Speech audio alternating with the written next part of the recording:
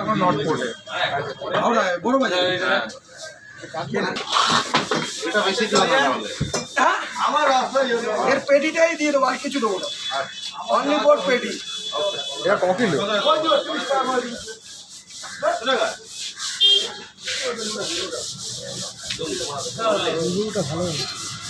বাবা রে বাবা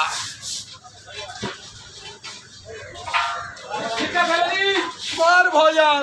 ওদি সিটটা ফেলে দিও আরে আমায় মারবে চিকি সিটটা ফেলে মার ভজান বাবা নেই